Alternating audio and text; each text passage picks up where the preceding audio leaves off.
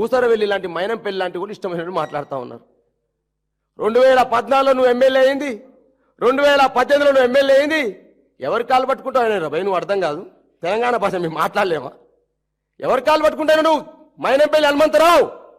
ఇవాళ నేను మాట్లాడుతున్నా, ఇక నాకు ఫోన్లు వస్తూనే ఉంటాయి, నాకు మెసేజ్లు వస్తూనే ఉంటాయి, నన్ను భయభావంతో గురి చేస్తూనే ఉంటారు. అంటే ఇష్టం వచ్చినట్టు మాట్లాడితే మీ చేతులు కట్టుకొని కూర్చుంటాం ఏంది? మా పార్టీ వర్కింగ్ ప్రెసిడెంట్ ఆయన, 5 సార్లు ఎమ్మెల్యే, మాజీ మంత్రి పైన నువ్వు ఇష్టం వచ్చినట్టు మాట్లాడితే ఊరుకుంటుంది మీ చేతులు కట్టుకున్నామా అంటున్నాను. ఇవాళ 5 సార్లు ప్రజావంతు గెలిస్తే నువ్వు గెలిచింది ఎప్పుడు? 2009లో ఒకసారి గెలిచిన మేము.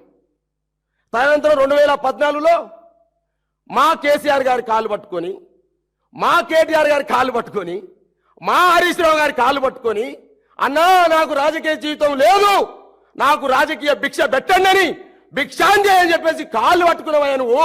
హరీష్ రావుది, కేటీఆర్ది, కేసీఆర్ది. పోనీరా, ఇటువంటి నీతి మాలిన కుక్కలు అనేక మంది చంద్రబాబు నాయుడు సంఘంలో చేరినాయి.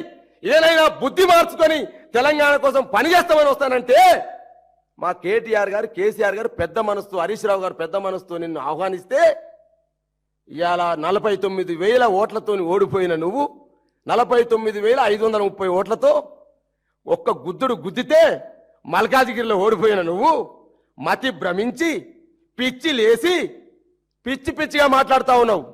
ఖబర్దార్ మైనంపల్లి హనుమంతరావు, రేవంత్ రెడ్డి గారు సూచన చేస్తా ఉన్నా, పిచ్చి ఆసుపత్రిలో చేర్పించి అందరినీ కూడా, మైనంపల్లి హనుమంతరావుని, అద్దంకి దయాకర్ని, ఆది శ్రీనివాసును, బీర్ల ఐలయ్యను, బల్మూరు వెంకటను, మేడిపల్లి సత్యాన్ని, మెట్టు సాయి కుమార్ని, ఏముల వీరేశాన్ని దయచేసి తొందరగా వీళ్ళని పట్టాలే, పిచ్చి ఆసుపత్రి ఎర్రగడ్డ ఆసుపత్రిలో చేర్పించాలని చెప్పి నేను రేవంత్ రెడ్డి డిమాండ్ చేస్తా ఉన్నా.